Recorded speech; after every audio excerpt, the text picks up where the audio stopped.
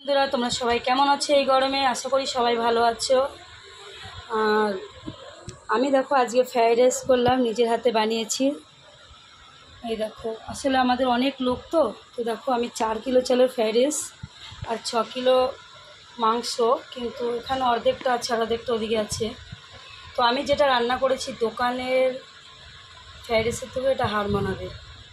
দোকানে হয়তো তোমরা অনেকে ভালো খাও, কিন্তু আমার মনে হয় দোকানের থেকে আমি অনেক সুন্দর বানিয়েছি। তো এবার দেখবে এত কষ্ট করে যে আমি এটা বানিয়েছি, খাওয়ার লোকের অভাব হবে না, খাওয়ার সময় দেখবে শুধু। তো যাই হোক, তোমরা সবাই পাশে থাকো, সঙ্গে থাকো, ভিডিওটা পুরো দেখতে থাকো, ভালো লাগবে খুব। যদিও ষষ্ঠীর আগে আমাদের খাওয়া দাওয়া সেরকম হয়ে গেছে, তো আমার দাদা বৌদি ওরা বাড়ি ছিল না, সেই কারণে এই জিনিসটা আমরা তখন খেতে পারিনি। এর আগে খাওয়া দাওয়া হয়েছে, তো গতকাল দাদা ওরা সব বাড়ি ফিরেছে, তাই আজকে সবাই মিলে একসঙ্গে আমরা আজকে একটা খাওয়া দাওয়া করব। তো তোমরা সবাই ভিডিওটা পুরো দেখো, ভালো লাগলে একটু কমেন্ট করে দিও।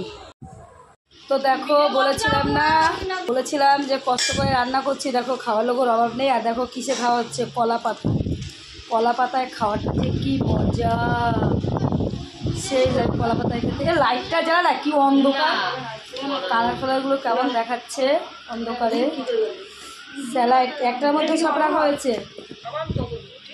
পরিবেশন করছে আমার বৌদি। কি করিস? এ ডাসবাটি এনে দে। বাবু চান করে আসেন। সত্যি কলা পাতায় খাওয়া মজা। অনেক ছোটোবেলায় নিমন্ত্রণ বাড়ি খেতে গেলে না কলা পাতাই দিত, এখন তো সব পাতা সবাই কিনে। না মাংস হবে না, মাংস নেই। মাংসটা যা রান্না করেছি না, সেই রেস্টুরেন্টকেও হার মানাবে।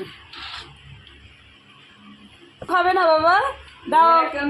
কেন খা বাবা? এ মা তাকায় দিকে, কেমন হচ্ছে রান্না? বাবা লেগ পিস খাচ্ছ? Leg piece. এরিম্পা রান্না কেমন হয়েছে মা? ভালো হয়েছে, একটু ভালো করে বল।